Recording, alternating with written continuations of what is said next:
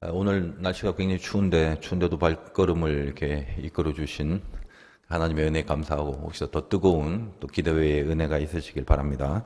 오늘 방임에 방치하다라는 제목으로 같이 은혜를 나누려고 그러는데 이 사무엘 3장은 본격적으로 하나님의 말씀이 사무엘에게 임하고 그 엘리의 모든 제사장적인 기능과 자격이 이제 하나님께로부터 박탈이 되는 그런 내용입니다. 저번 시간에 이제 사무엘에게 말씀이 임하는 그 전조로서 하나님이 그 언약궤가 있는 성전에 누워 있는 그 사무엘을 이제 드디어 이제 부르기 시작합니다. 처음에 이제 엘리가 부르는 줄 알고 엘리를 찾아갔지만 부르지 않았다고 하고 돌아가라고 했는데 그렇게 세 번을 하고 나서야 이제 하나님이 부르신 것임을 알고 이제 엘리가 사무엘에게 지침을 줍니다. 9절이 그거죠. 9절 다시 한번 보시면 엘리가 사무엘에게 이르되 가서 누웠다가 그가 너를 부르시거든 네가 말하기를 여호와여 말씀하옵소서 주의 종이 듣겠나이다 하라 하니 이에 사무엘이 가서 자기 처소에 누우니라. 여호와의 말씀하옵소서. 하나님 주의 종이 듣겠습니다. 말씀을 하옵소서 듣겠습니다. 요거 그렇게 하라고 사무엘에게 가르칩니다. 엘리가. 자, 그리고 이제 오늘 10절부터 본격적으로 사무엘에게 말씀이 임하기 시작합니다. 하나님은 사무엘에게 이 엘리 가문이 멸망할 것을 말해줘요. 그리고 엘리가 또 사무엘에게 하나님이 무슨 말씀을 너에게 하셨냐라고 물었을 때 두렵잖아요. 나쁜 말 해야 되는데. 그렇지만 이제 모든 것을 다 말해줍니다. 이후에 이제 사무엘이 점점 성장하면서 하나님의 선지자로 이제 세워졌다라는 그런 내용입니다. 자, 오늘 읽은 본문 내용을 자세히 살펴보면 또 많은 메시지들이 이렇게 드러나 있긴 하지만 오늘은 이 사무엘의 시작이라는 측면, 이것도 중요합니다만 그 측면보다는 이 엘리의 상실, 모든 것들이 박탈되고 끝나버리는 그 부분에 좀 초점을 맞추고 살펴보기로 하겠습니다. 일단 그 엘리에 대한 이해를 좀 해야 되는데 얼핏 여러분이 좀 읽어보시면 상당히 난해한 그런 좀 모습이 보입니다. 엘리에 대해서. 우리가 이제 알다시피 엘리의 아들인 뭐 홈리와 비느하스 이런 사람들은 이미 성경에서 저번 시간에 다 다루었지만 벨리알이라고 진단을 해버렸죠. 그러니까 재고의 여지가 없는 그런 악의 존재입니다. 그러면 이제 그들의 아버지인 제사장 엘리, 그 제사장으로 살아왔잖아요. 그리고 지금까지. 어느 정도로 이 엘리가 평가를 받아야 하는가라는 점입니다. 물론 이제 성경이 이 엘리 가문에 대한 심판을 이미 내리셨다는 것은 2장에서 우리가 다 살펴봤지 않습니까? 대표적으로 그 2장 33절 같은데 한번 보면 2장 33절, 34절을 보면 내 제단에서 내가 끊어버리지 아니할 네 사람이 내 눈을 쇠잔하게 하고 네 마음을 슬프게 할 것이요 내 집에서 출산되는 모든 자가 젊어서 죽으리라. 네 두 아들 홈리와 비나스가 한날에 죽으리니 그 둘이 당할 그 일이 내게 표징이 되리라. 저번에 다 다루었던 본문입니다만 성경에 이런 내용들이 있을 때 아들이 죽는다고 그래요. 네 가문이 다 멸하고. 그러면 우리가 이제 성경을 읽고 묵상할 때마다 성경에 이렇게 이런 내용이 있구나라고 했을 때 그냥 뭐 옛날에 있던 뭐 전설 따라 삼천리 뭐 그런 관점에서만 보지 말고요. 항상 이제 지금의 나의 이야기로 이렇게 적용을 한번 시켜 보셔야 됩니다. 여기 뭐 이렇게 젊은 분들도 좀 많은데 그 옛날 전설 따라 삼천리 그런 거 알아요? 잘 모르죠. 그거 아시는 분이 이제 좀 연세가 계신 분이고 이제 젊은 사람들은 모르는데 옛날 제가 어릴 적에 라디오에서 자주 들었던 프로그램입니다. 그 전설 따라 삼천리 할 때 항상 라디오에 그 시그널 음악이 나오는데 드뷔시라는 사람이 배 위에서라는 그 곡을 쓴 그 곡이 이렇게 흐르고 있는데 근데 이제 항상 그 라디오라는 게 음성으로 이야기를 해주잖아요. 소리로만. 귀로만 들어야 되니까 불 꺼놓고 항상 그 라디오에서 전설 따라 삼천리를 들으면 그 소리를 갖고 상상의 나래를 펴잖아요. 이런 장면이겠거니. 나름대로 좀 운치가 있었는데 그 라디오 방송이 이제 끝나고 나서 이제 TV 영상으로는 전설의 고향 이런 이제 프로그램이 나왔습니다. 구미호라고 이제 아주 무서운 작품도 있고 그랬는데 요즘은 이게 옛날 추억들이 떠오르는지 모르겠어요. 주말의 명화라고 아십니까? 또 내일 이제 토요일 주말이 되는데 항상 주말에 요즘은 이제 OTT나 뭐 넷플릭스 이런 게 많았고 매일 보고 싶은 거를 봐도 끝이 없지만 옛날엔 주말 돼야 이제 영화 한 프로 끼켜야 이제 TV에서 흑백으로 보잖아요. 주말의 명화. 항상 이제 그 주말만 기다렸던 그러기 나요. 근데 그 주말의 명화도 그 시그널 음악이 들을 때마다 참 그 마음이 이상하게 찡하고, 전설 따라 삼천리도 그 음악이 좀 마음이 찡하고. 주말의 명화 기억나세요? 그 딴딴딴딴 따따따따따딴 이러면서 막 그 어린 데는 마음이 찡해요. 왠지 그 엑소도스라는 곡인데, 이젠 막 그런 거 가면 막 가슴도 찡하고 막 눈물도 날라고 그러고, 다 된 거죠 이제. 그러니까 뭔 이야기를 이 전설 얘기하려고 그러겠는데, 하여간 옛날 이야기처럼 이렇게 이런 얘기가 있구나, 그걸로 끝나버리는 것이 성경이 아니라, 무슨 동화처럼 여기지 마시고 나한테 이걸 고스란히 한번 적용을 해보셔야 현실감이라는 게 있거든요. 더 깊은 메시지를 받을 수 있다 이 말이에요. 여러분들에게 이제 하나님의 사자가 왔어요. 엘리처럼. 그 2장 거기 보면 처음에 오늘 사건 말고 이미 하나님의 사자가 엘리한테 한번 찾아간 적이 있잖아요. 가서 이제 뭐라고 그럽니까? 그 지적을 하잖아요.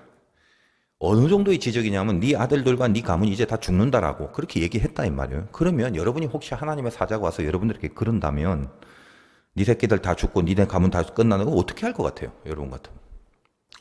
그러니까 일단은 큰일 났다 싶어서 뭐 회개하고 반성하고 뭐 아들들 그 불러다가 야 임마 뭐 죽을래 하고 조치를 취하고 안절부절 못하고 걱정하고 그럴 것 같지 않습니까? 당연히 그래야 되는데 말입니다. 근데 엘리는 뭐죠? 아무런 조치를 취하지 않습니다. 이게 너무 이상한 거예요, 이게. 근데 이상한 것 같은데 바로 이게 인간의 죄성이다. 지금 이 말을 하고 있는 거예요. 인간은 죄 앞에서 참 충격적인 존재입니다. 아니 어쩌면 여기까지 할 정도로 인간은 바닥을 칠 수 있는 존재다라는 걸 그걸 느끼셔야 한다는 거예요. 엘리가 아니라 지금 나라면, 여러분이라면 나는 과연 어느 정도로 밑바닥으로 떨어지는, 어디까지 떨어질 수 있는 정도인지, 그런 존재인지를 좀 스스로 간파하고 자각하고 있어야 한다는 것입니다. 오늘 이제 본문 13절, 3장 13절 한번 볼게요. 내가 그의 집을 영원토록 심판하겠다고 그에게 말한 것은 그가 아는 죄악 때문이니 이는 그가 자기의 아들들이 저주를 자청하되 금하지 아니하였습니다.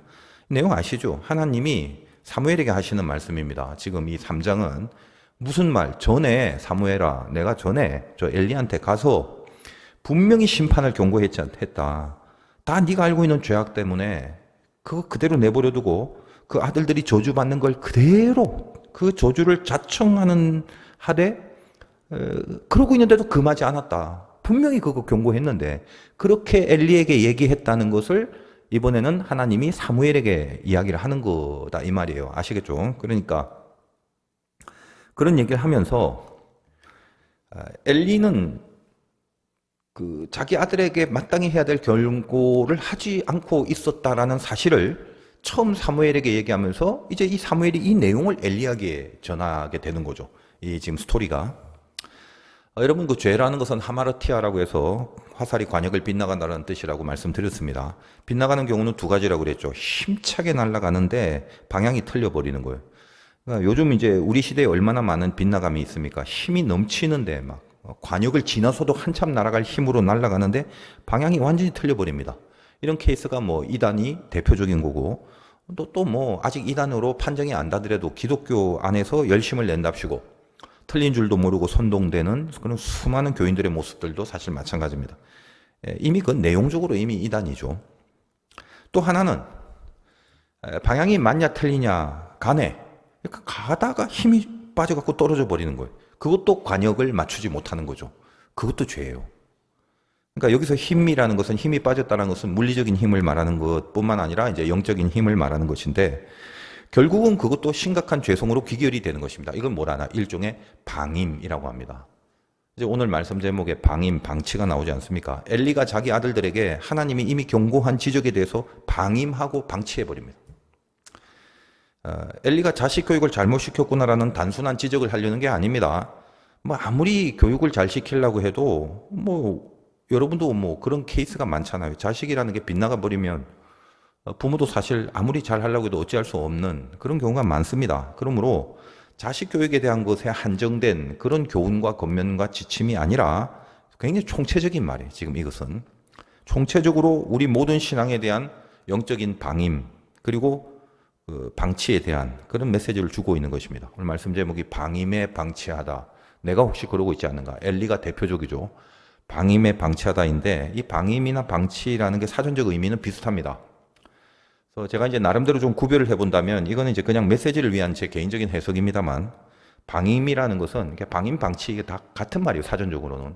조금 그래도 구별을 해본다면 방임은 손을 대야 하는데 안 되는 거예요. 방치는 그 상태로 지속적으로 내버려 둔다는 개념입니다. 그러니까 결국 좀 비슷하지만 조금은 다른 뉘앙스죠.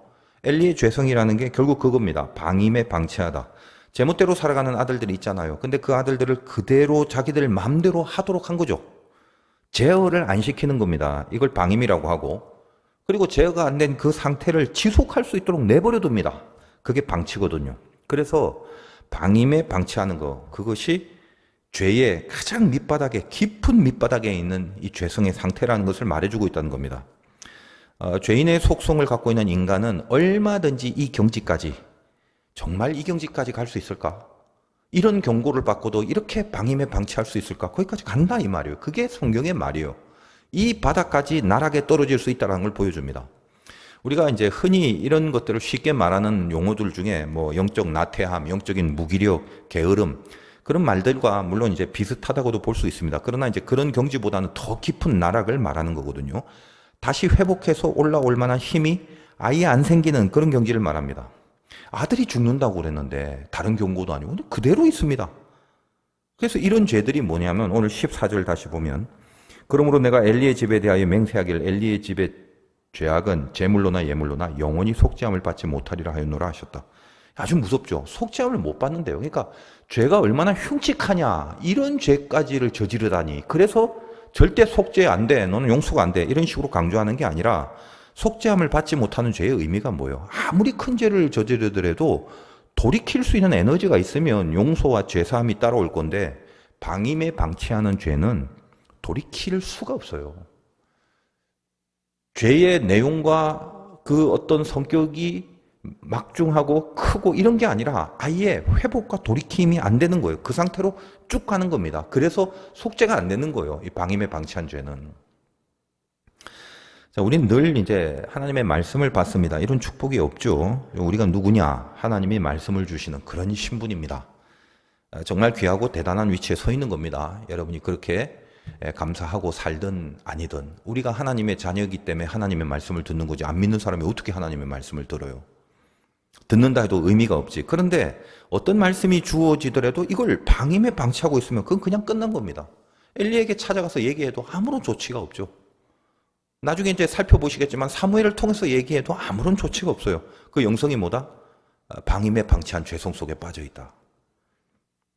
누구나 엘리처럼 될 수 있다라고 지적을 해주시면서 내 안에 혹시 나도 이런 바닥을 치는 영성 가운데 오랫도록 살고 있지 않은가? 아니면 여기서 헤어나지 못하는 그런 경우가 우리에게 없는가? 이 내 안에 각성이 일어나는 메시지를 주시는 것이 오늘의 말씀이라는 겁니다. 에베소서 4장 18절 19절 보니까 저희 총명이 어두워지고 저희 가운데 있는 무지함과 저희 마음이 굳어짐으로 말미암아 하나님의 생명에서 떠나 있도다. 저희가 감각 없는 자 되어 자신을 방탕에 방임하여 모든 더러운 것을 욕심으로 행하되 여기 방탕에 방임한다 이런 표현이죠. 맘대로 사는 것에 제어가 없다라는 뜻이라고 했습니다. 방임이라는데 방탕은 맘대로 사는 거고 방탕에 방임한다. 맘대로 사는데 컨트롤이 없다. 제어가 없다. 통제가 없다. 왜 그렇게 된다고요?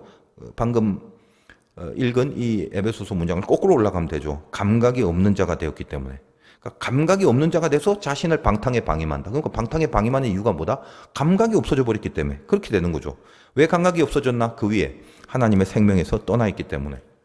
왜 하나님의 생명에서 떠나 있게 됐나? 마음이 굳어져 버림으로 그렇게 됐다. 그렇게 이야기를 하고 있는 겁니다. 여러분 땅이 굳어지면 그 땅은 옥토라고 안 합니다. 갈아엎을 수 있어야 옥토가 되는 거죠. 갈아엎는다는 것은 씨가 들어가야 되는데 딱딱하게 굳어져 있으면 아무리 씨를 수백 개, 수천 개를 뿌려도 들어가지 않죠. 싹을 움트게 해야 되는데 씨가 들어가야 싹이 움트는데 굳어져 있습니다. 이걸 뭐라고 한다? 방금 에베소서에 총명이 어두워지고 무지해진다. 그럼 다 굳어지는 거예요. 도무지 말씀이 들어가지 않는 겁니다. 제사장이나 선지자가 말씀의 효력이 상실되면 그걸로 끝난 거죠. 자기 스스로가 말씀을 품어내지 못하는데 누가에게 말씀을 전할 수 있겠습니까? 엘리는 끝난 거다 이 말이에요. 우리 스스로도 한번 살펴볼 필요가 있습니다. 홍수 심판 때 제가 이제 누누이 말씀드리지만 가장 불쌍한 자들이 누구냐? 그 심판이 있을 거라고 노아가 말할 때 그것도 뭐 하루 이틀 말했습니까? 많은 세월 동안 계속 그 얘기를 했는데도 그걸 듣고 받아서 이제 내가 구원받아야겠구나 심판 때. 그래서 구원의 어떤 노선을 결심하고 그 노선대로 뭔가 삶을 결정하고 취해야 되는데 오랜 세월을 심판에 대한 메시지를 듣고서도 그리고 이제 뻔히 눈앞에서 착착착 지어져가는 방주의 모습을 보면서도 성경 표현에 의하면 먹고 마시고 장가가고 시집가고 그냥 자기가 살고 싶은 그 모습 그대로 지가 원하는 사람들 하나님이 원치도 않는 그런 맘대로 지멋대로 취하는 그런 방임에 방치를 해버린 겁니다. 오랫동안. 그러니까 아예 이 방주와 아주 먼 곳에 살고 있어갖고 무슨 심판이 있다는 소리 자체도 아예 듣지도 못한 자, 방주라는 걸 보지도 못한 자. 외려 이런 자들이 비교적 더 나은 거 아니에요? 같이 다 심판을 받을 바야. 들었는데 그걸 그대로 방임하고 방치한다. 방치하다가 결국 당하는 사람들. 들었는데도 당한 사람들. 제일 불쌍하죠. 세상 사람들이 말씀을 들을 수 있는 경우는 없습니다. 우리만 들을 수 있잖아요. 그러니까 우리에게만 의미가 있다 이 말이에요. 하나님의 말씀을 듣는 의미가. 우리에게, 지금 예배자에게, 성경을 믿는 자들에게만 하나님의 말씀이 주어지는 것과 이제 마찬가지죠. 우리는 이걸 믿음으로 받기 때문에 뭐 세상 사람들도 뭐 지나가다 들을 수는 있겠지만 그렇게 들리는 거와 우리에게 하시는 거는 이게 의미가 다르잖아요. 우리는 그럴 수 있는 신분에 있습니다. 심판이 분명히 있다고 우리가 노아 동네에 살았다면 노아의 말을 계속 들을 수 있는 사람이다 이거예요. 심판이 있다. 돌이켜라, 회개해라, 앞으로 방주 타야 된다. 기타 등등. 그렇게 하나님이 말씀하시는 것을 아는데 끝까지 그러면서 방임에 방치를 해버려요. 모든 말씀의 효력은 아무리 많이 들어도 모조리 다 상실돼 버리는 겁니다. 이게 제일 불쌍하고 제일 비참한 거다 이 말이에요. 엘리를 보면 그래서 제가 느끼는 게 그래요. 오늘 엘리에게 좀 주목할 수밖에 없는 이유는 하나님이 저한테 주는 메시지가 그래요. 너무 불쌍하다 엘리가. 뭐 동정을 하란 말이 아니라 조심해라 엘리를 바라보면서 너희가 그럴 수 있다. 당대 최고의 종교 지도자 아닙니까? 말씀이 엘리에게 떨어지도록 그 엘리를 통해서 말씀을 던지려고 세운 사람이 바로 엘리다 이 말이에요.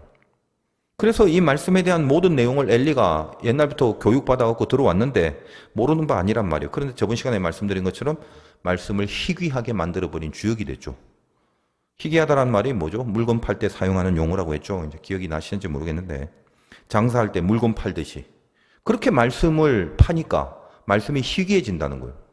그러니까 제사장이 자기가 먹고 살려고 그 먹고 살기 위한 도구로 말씀을 이용하는 그런 수준밖에 안 되는 거다. 정말 하나님 앞에 말씀을 받고 사명과 어떤 뜨거움으로 하나님의 스피커, 통로가 되는 게 아니라 제사장의 직분 감당하려고 먹고 살려고 밥그릇 유지하려고 그렇게 말씀을 이용하고 있다. 그런 뜻이라고 그랬죠. 희귀라는 게. 그러니까 말씀이 실질적으로 객관적 말씀이 없는 게 아니죠.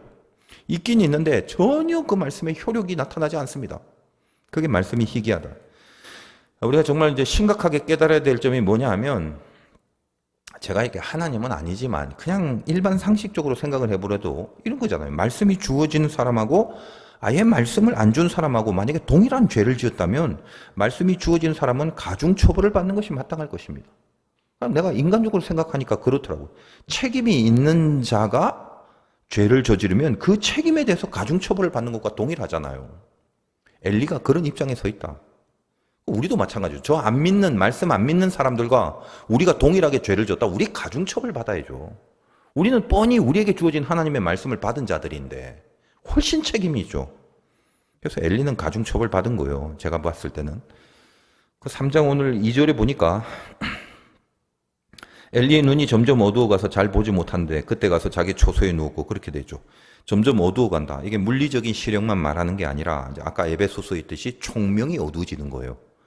그래서 자꾸 굳어져 버린다는 의미입니다. 땅이 굳어져서 씨가 한 톨도 파고들지 못하는 지경에 떨어져 있다는 겁니다. 그러다 보니까 사무엘이 엘리한테 부르셨습니까? 라고 몇 번을 갔어도 그것이 언약궤가 있는 그 성전에 거했던 자에게 나타난 현상이라면 이게 뭔가 영적인 임재가 있다는 것을 벌써 예민하고 민감하게 알았어야 하는데 세 번째가 돼서야 엘리가 깨닫게 되죠.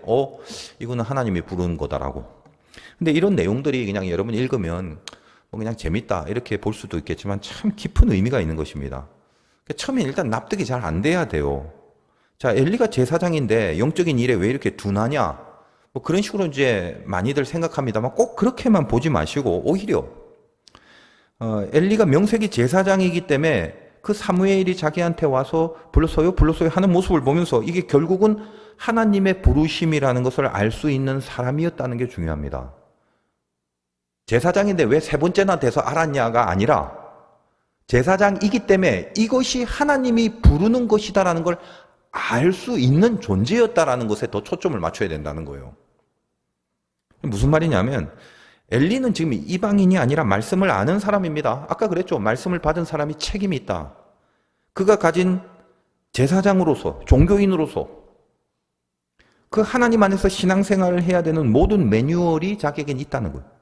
말씀을 다룬다든지 제사를 지낸다든지 뭔가 이렇게 하나님과 관계하는 모든 제반의 그 신앙적 매뉴얼을 엘리는 제사장이기 때문에 다 알고 있는 겁니다. 그래서 그 매뉴얼을 가르쳐 주는 거예요. 누구에게? 사무엘에게. 9절 보십시오. 3장 9절. 엘리가 사무엘에게 이르되 가서 누웠다가 그가 너를 부르시거든 말하기를 여호와여 말씀하옵소서 주의 종이 듣겠나이다 하니 그렇게 하라 했매.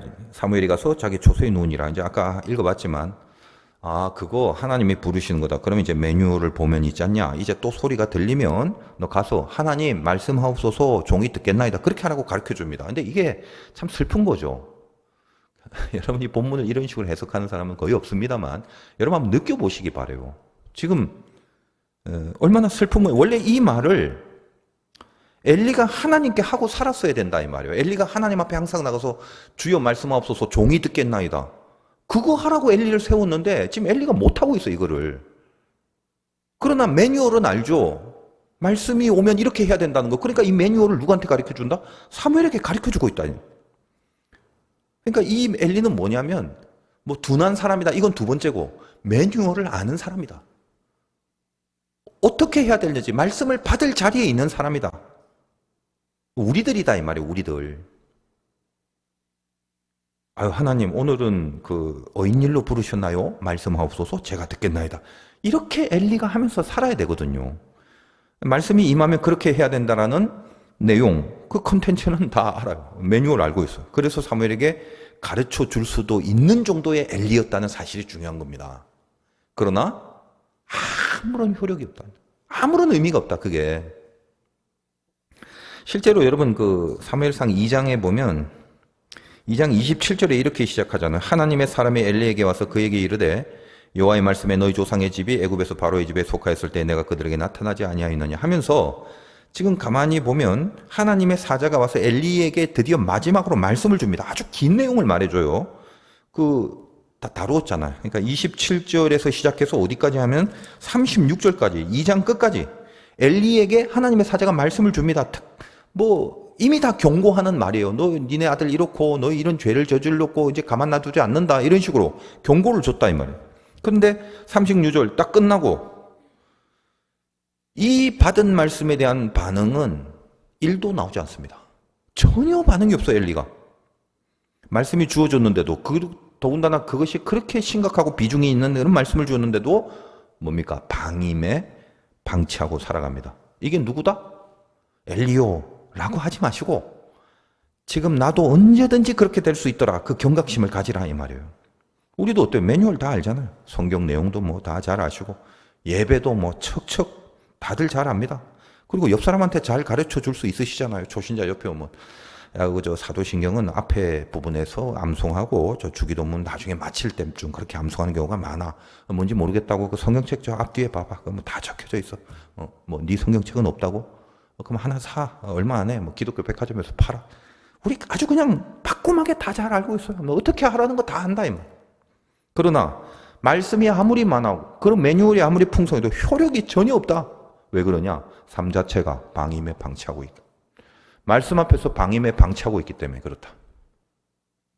하나님 이제 사무엘을 택해서 드디어 이제 오로지 사무엘에게만 당신의 말씀을 주십니다. 이제 엘리에게는 말씀을 아예 뿌리지도 않으십니다.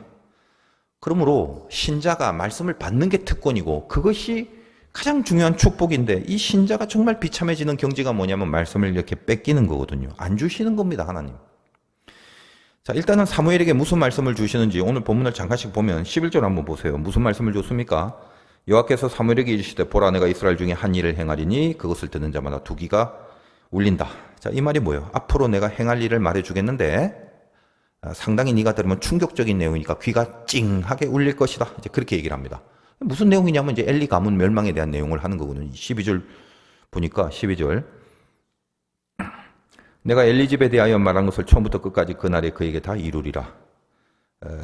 내가 이미 엘리에게 다 앞에서 말했다. 그랬잖아요. 하나님 찾아와. 그 말한 내용인데 하여간 그 말한 대로 다 이룰 것이다. 라고 이야기를 합니다. 그 뭔데 내용이 13절, 14절, 13절 보면 내가 그의 집을 영원토록 심판하겠다고 말한 것은 그가 하는 죄악이니 알고 있다며 이 죄악이 아들들 어떻게 하는지 이는 그가 자기 아들들이 저주를 자청하되 금하지 아니하였다. 그러므로 내가 엘리의 집에 대하여 맹세하기를 엘리의 집의 죄악은 재물 예물로나 영원히 속죄함을 받지 못하리라 하였노라 하셨더라. 이렇게 얘기를 하죠. 끔찍한 벌을 말씀하십니다.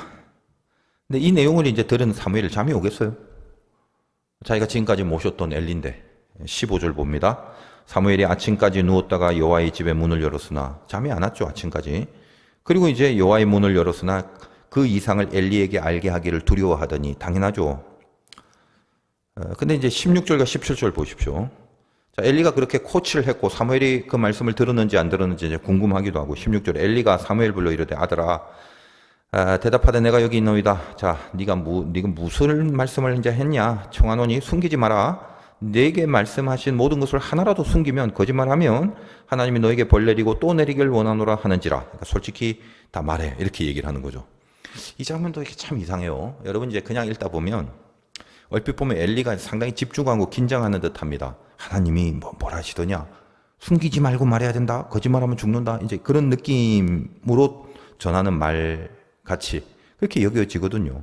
뭔가 정말 알고 싶어하는 그런 마음으로 이렇게 사무엘을 닥달하는 듯합니다.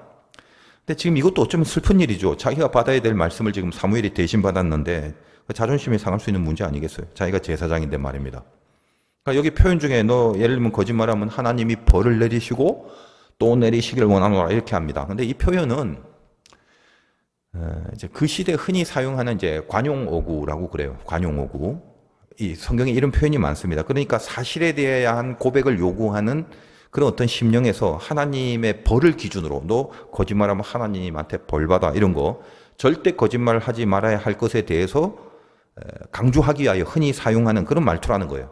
근데 그럼에도 이 말이 하나님의 벌이라는 게 얼마나 겁나는 것이기에 확실하고 솔직하게 해야 된다. 거짓말하면 안 된다라는 뜻으로 관용적인 어구로 이게 사용됐겠습니까? 하나님의 벌이라는 게 얼마나 무서운 거라면. 근데 엘리는 뭐죠? 참 이상하죠. 그 앞에서 무슨 얘기를 들었어요? 하나님 앞에 이미 받은 얘기가. 지가 벌을 받는다는 말씀을 이미 받았음에도 방임에 방치하고 살았던 사람인데 지금 사무엘에게 벌 받을 짓을 하지 말고 다 물어라. 라고 하는 것이 얼마나 이 어떤 그 매뉴얼에만 입각한 모습인가를 실감할 수 있게 된다는 겁니다. 그러니까 말투만 바짝 긴장하고 썼던 관용어구를 썼지 뭔가 이걸 이제 듣기만 하면 내가 바로 시행하고 적용할 것 같이 말해봐. 솔직히 얘기해봐. 하나님이 뭐라고 하디? 뭐 나에 대해서 말하디? 내가 옛날에 한번 그 경고 들은 적이 있는데 혹시 또 그런 말 하디? 그럼 큰일인데 일단 빨리 솔직히 얘기해봐. 빨리 내가 고치게.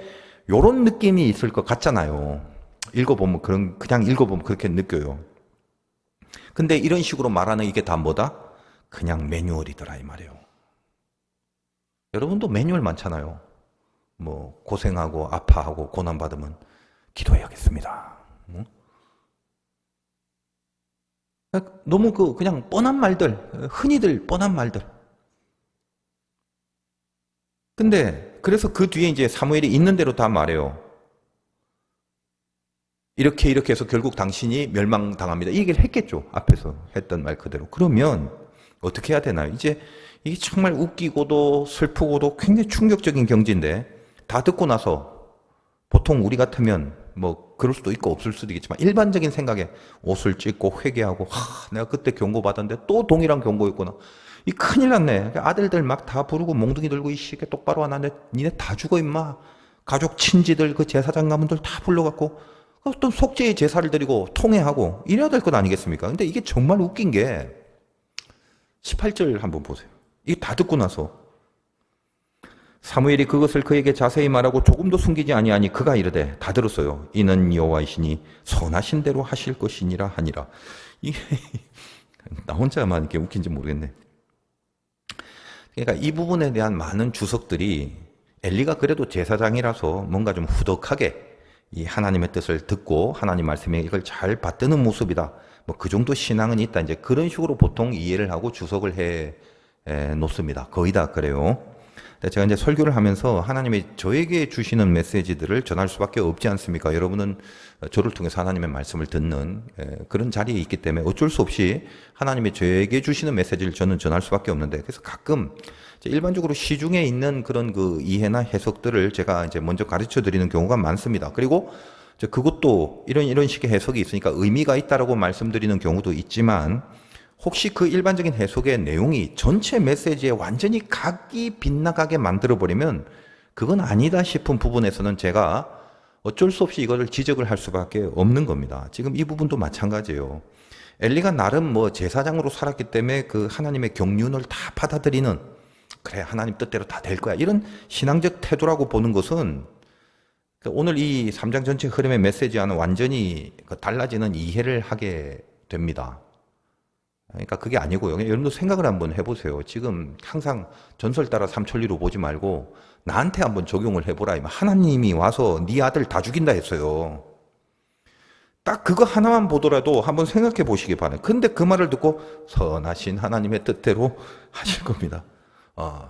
그래, 그랬구나. 아이고, 야, 수고했다. 밥 먹고 그만 자라. 지금 그렇게 말할 수 있는 게 아니잖아요. 이게 정말 충격적인 얘기를 들었다, 이 말. 그리고 이렇게 말하는 게 충격적 수준이에요. 뭡니까?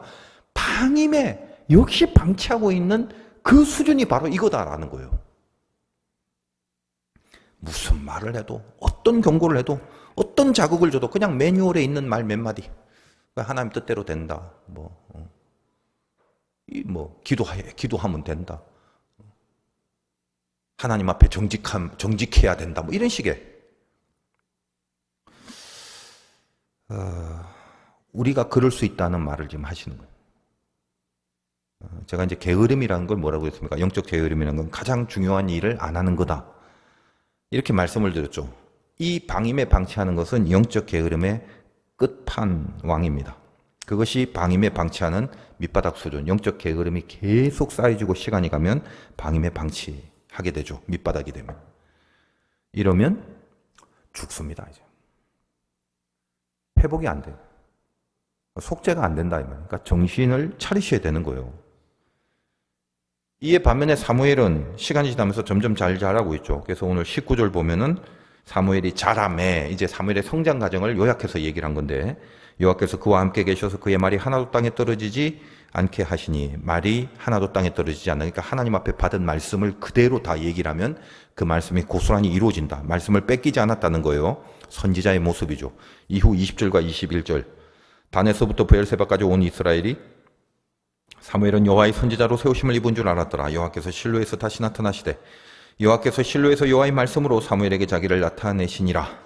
단에서 브엘세바라는 표현은 뭐 알죠. 온 이스라엘의 지경을 말하는 것입니다. 위에서부터 밑에까지, 한라에서 백두까지 뭐 이런 개념이고, 드디어 이제 시간이 지나면서 사무엘이 본격적으로 선지자로 세워졌다는 얘기를 하는 거고, 이 사무엘을 통해서 시대의 스피커를 삼으시고 하나님의 나라를 사무엘을 통해서 이루어 가신다라는 이야기를 하는 겁니다. 그리고 뒤에 실로에 다시 나타났다는 것은, 실로가 그 사무엘상 첫 부분에 한나 때부터 성막이 있었던 곳이거든요. 거기서 알다시피 기거했죠, 사무엘이. 그러니까 거기에 다시 하나님이 나타나서 성막에 있는, 실로에 나타났다는 말은 성막에 있는 사무엘, 그러니까 제사장으로서 세워졌다.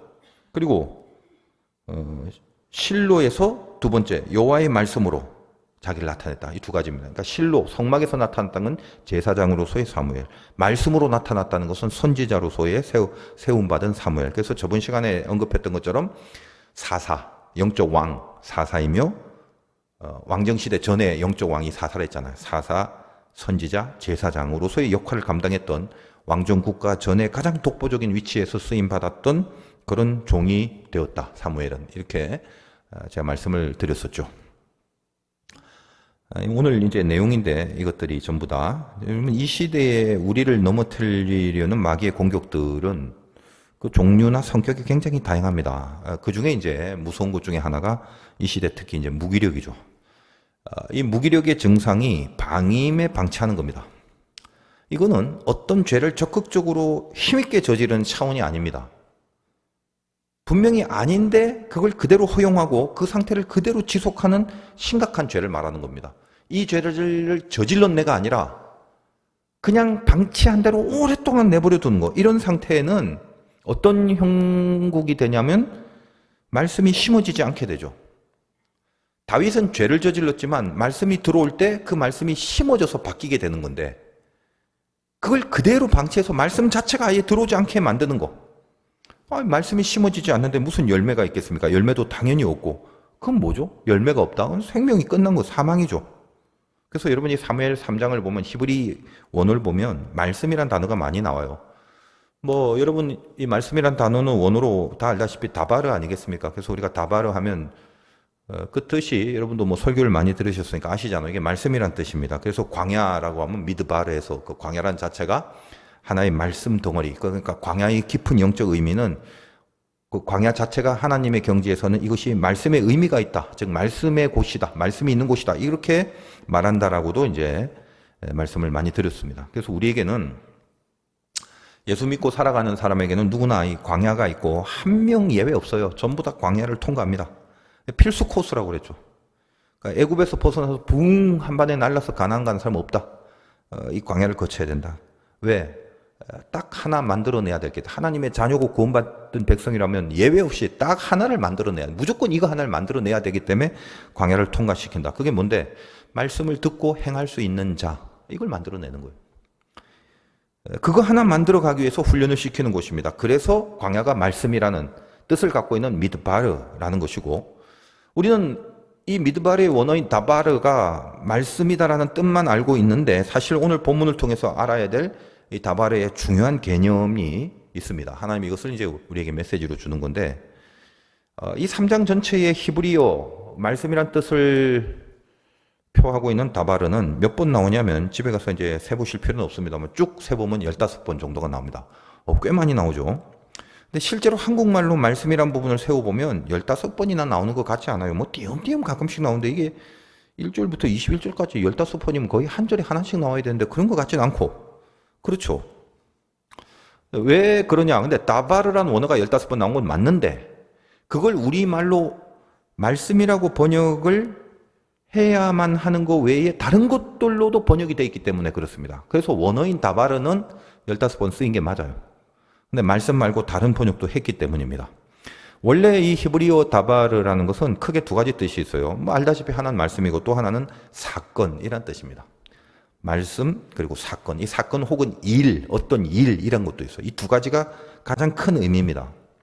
성경에 실제로 이제 그런 경우가 굉장히 많이 쓰여졌는데 여러분이 잘 알고 있는 그런 어떤 유명한 문구들 중에서 예를 한두 가지 든다면 창세기에 아브라함의 아내 사라의 일로 바로와 그 집안에 여러 가지 큰 재앙을 내리셨다. 그 애굽에 갔을 때 아브라함과 사라에 대한 얘기 알잖아요. 그래서 사라를 누이라고 속이고 근데 문제는 이제 바로가 그걸 깨닫고 나서 그때 그 표현이에요. 아브라함의 아내 사라의 일로 그 일로 바로와 집안에 여러 가지 재앙을 내리셨다. 여기 그 일로 다바르가 사용됩니다. 사라의 그 일. 그러니까 다바르가 일이라고 번역이 돼요.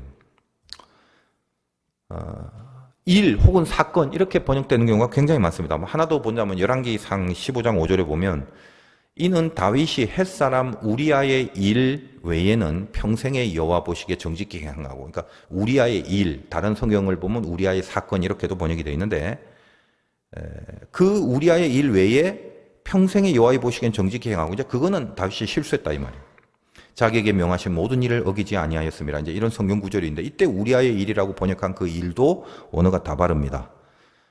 바세바를 범한 사건을 말하는 거죠. 이렇듯이 말씀이라는 뜻 말고도 여기 일이라는 뜻이 굉장히 많이 나와요. 일, 사건.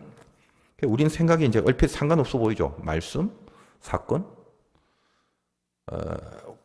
국어 단어의 개념으로는 연결이 안 됩니다. 그런데 히브리어는 성경을 기록한 언어이기 때문에 상당히 영적인 언어죠. 무슨 말이냐면 성경이 말하고 있는 게 그겁니다. 말씀은 곧 사건이란 뜻이에요. 그러니까 말씀이 있다는 건 그 말씀에 해당하는 일이 발생한다는 것입니다. 이게 합쳐서 다바르라 이 말이에요.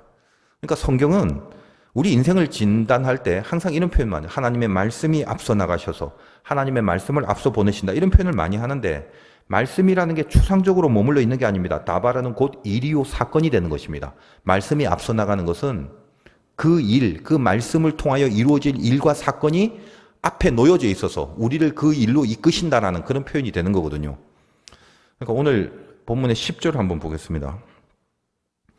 여호와께서 임하여 서서 전과 같이 사무엘아 사무엘아 부르신 자 사무엘이 이르되 말씀하옵소서. 그러니까 이 말씀은 원어가 다발을 썼겠죠. 말씀이니까 하나님 말씀하옵소서. 우리가 이미 알고 있는 겁니다. 그리고 나서 그랬더니 11절에 여호와께서 사무엘에게 이르시되 보라 내가 이스라엘 중에 한 일을 행하리니 그것을 듣는 자가 두 귀가 기울네. 자 여기서 이스라엘 중에 한 일을 행한다. 하나의 일을 행할 거다. 근데 그때 그 일, 그게 원어가 다바르입니다.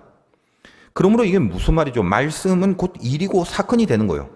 다바르는 말씀이 사건이 되는 역사를 지칭하신다. 라는 하나님의 의도를 갖고 우리에게 주신 메시지이며 단어다라는 걸 아셔야 되는 거예요. 그냥 말뿐인 말씀이 아닙니다. 그냥 매뉴얼에 기록된 내용이 아닙니다. 일이 행하여져야 된다는 거예요. 엘리는 뭐다? 다바르가 없었습니다. 그냥 말씀들이 매뉴얼에 기록된 내용으로만 알고 있을 뿐 그 말씀이 자기 인생의 신앙적 사건으로 옮겨지지 않았단 말이에요. 우리가 이 엘리처럼 방임에 방치된 채 계속 그렇게 살아간다면 우리에게 어떤 말씀이 얼마나 많이 떨어진다 할지라도 그건 결코 다바르가 될 수가 없다는 겁니다. 광야를 이렇게 다바르라고 하는 이유가 있습니다. 인생의 광야를 만나면 저나 여러분들이나 모든 사람은 다 힘들 수밖에 없습니다. 그 처해진 상황보다는 그 상황에서 느껴지는 마음, 이게 더 힘든 법이거든요. 그러니까 옛날에는 없어서 마음이 아팠죠. 그러니까 없어서 못 먹어서 힘들어요. 그럼 시대가 바뀌면은 그럼 있어서 힘이 안 듭니까? 아니에요. 마음은 또 힘들어요. 비교적 없어서 또 힘든 거예요. 그러니까 항상 마음이 힘든 법이다 이 말이에요. 그러니까 광야는 누구나 마찬가지지만 목표는 안 보이는데 말씀이 보이는 곳. 항상 그래요. 이게 우리를 이끄시는 그 하나님의 참 조금 글쎄 좀 고약한 표현을 쓴다면 뭐라고 해야 되나 참 마음에 들지 않는, 우리는 정말 마음에 들지 않지만 하나님은 꼭 그런 식으로밖에 인도하시지 않는 그런 인도의 방법이거든요. 뭐요? 목표를 안 보이게 하고 말씀을 계속 주시는 거예요. 그래서 목표를 이루는 것보다는 말씀을 지키고 따르기를 요구받는 곳, 거기가 광야입니다. 그래서 힘겹단 말이에요, 그게. 그래서 여러분, 제가 많이 말씀드리지만 고난만 있으면 결국 고통이에요, 그거는. 근데 고난 가운데 말씀이 있으면 비로소 연단이 되는 거거든요. 고통과 연단은 차원이 다릅니다. 고통은 패망이고 연단은 뭐죠? 이것은 만들어지는 정금이 되는 거잖아요. 연단이라는 게 결국 연단받고 나면 강력해진다는 걸 모르는 사람은 없습니다. 결론은 다 알고 있는데 연단의 과정은 이게 두드려 맞는 게 연단이기 때문에 헥헥 소리가 나는 법입니다. 아름답게 보지 마세요. 말씀 아름다워라. 연단 아름다워라. 그러니까 지가 맞아야 된다 이 말이에요. 그러면 헥헥 소리밖에 안 난다. 헛소리밖에 안 나요. 인간은 누구나 마찬가지죠. 궁지에 몰리면 가능한 방법을 전부 다 동원해서라도 이걸 해결하려는 본능이 생기기 마련인데 광야에 말씀이 있고 그 말씀이 연단으로 작용한다는 것은 어떻게든지 간에 그 궁지에 몰아넣은 그 상태, 정말 마음에 들지 않는 급박한 상황에 놓여 있을지라도 바르지 않은 길이나 하나님 말고의 다른 방법이나 죄된 그런 방법들을 거부하는 견딤으로 지켜져 내야 되는 곳이 광야라고 그랬죠. 하나님이 광야에서 그 사람의 바로 그 포인트를 보는 거거든요. 궁지네? 내가 너를 몰아넣었지. 허락했지, 그거. 그 고난 내가 허락했지. 근데 말씀을 계속 줬지. 그 궁지에서 너는 죄를 사용하지 않고 말씀을 지켜내는 거 잘했구나. 딱 그거 하나 보는 거예요. 결국 그쪽으로 가고야 말았구나, 이거. 그래서 말씀을 듣고 따르는 일을 할 수 있는 경지까지 만들어내는 겁니다. 그래서 가나안 땅에 들어가서 여리고성을 돌게 만들잖아요. 말씀을 따르는 자로 훈련됐기 때문에 그게 가능해졌다라는 거 여러 번 말씀드렸습니다. 여러분 혹시 이런 영적인 방임에 방치되어 있어서 이렇게 이 추운 한파를 물리치고 기도하러 나오신 여러분이라면 절대로 방임에 방치된 영성은 아닐 줄 압니다. 그러니까 우리는 훨씬 더 책임이 있는 사람이죠. 이 정도 기도하러 나올 정도면 하나님이 여러분들에게 갖고 있는 기대가 훨씬 큰 존재들입니다. 그러니까 훨씬 막중하죠. 그 신앙 인생이라는 게 그래요. 항상 바르면 바른 사람일수록 억울할 일이 많고 책임져야 될 일이 많고, 올바르지 않으면 책임질 일도 없고 억울할 일도 없고 마음대로 그렇게 삽니다. 그래서 이제 어떻게 보면 왜 이래? 라는 의문점이 들게 만들죠.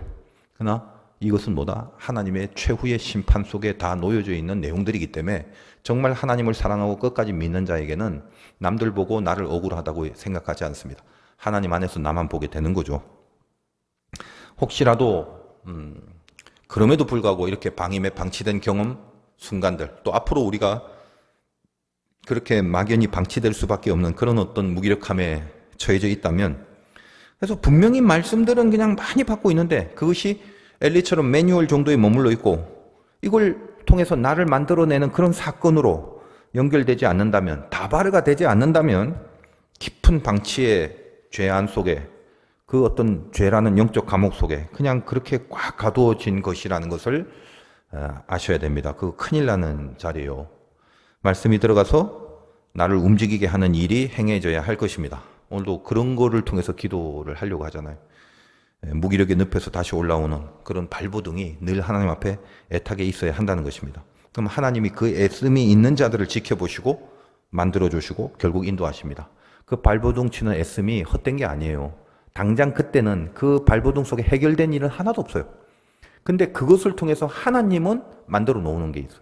그러니까 견디셔야 돼요. 자폭하시면 안 되고 스스로 포기하면 안 되는 거예요. 그 안에서 결국은 하나님이 인도하신다는 걸 분명히 믿어야 된다는 것입니다. 성경을 보면 그럼 뭐 다 공통점이에요. 하나님이 이끄시는 인생의 드라이브가 다 그냥 똑같아요. 누구 하나 환경부터 만족하게 하신 적이 없어요. 그냥 몰아서 집어넣어요, 그냥. 그리고 거기다 말씀만 던져주시는 거예요. 그리고 나서 말씀을 따르게 만들어 놓고 기어코, 그리고 나서 환경을 옮겨주십니다. 이 인도하심은 예외가 없어요. 여러분, 요나도 가장 마음에 안 드는 곳은 니느웨였고, 그보다 더 마음에 안 드는 곳은 뱃속의 밑바닥이었죠. 그보다 더 마음에 안 드는 것은 물에 빠진 물고기 뱃속이었죠. 그 물고기 뱃속에서 요나는 인생의 가장 진한 기도를 합니다. 그거밖에 할 게 없어요. 그리고 나서 그가 옮겨지는 거예요. 모든 게 그렇다는 거예요. 여러분이 던져진 그곳에서 하나님이 뭘 요구하시는지, 신자의 인도하심이 뭔지 이걸 분명히 믿는다면 내가 앞으로 믿음의 인생을 걸어가는 루틴이 뭔지를 보게 되잖아요.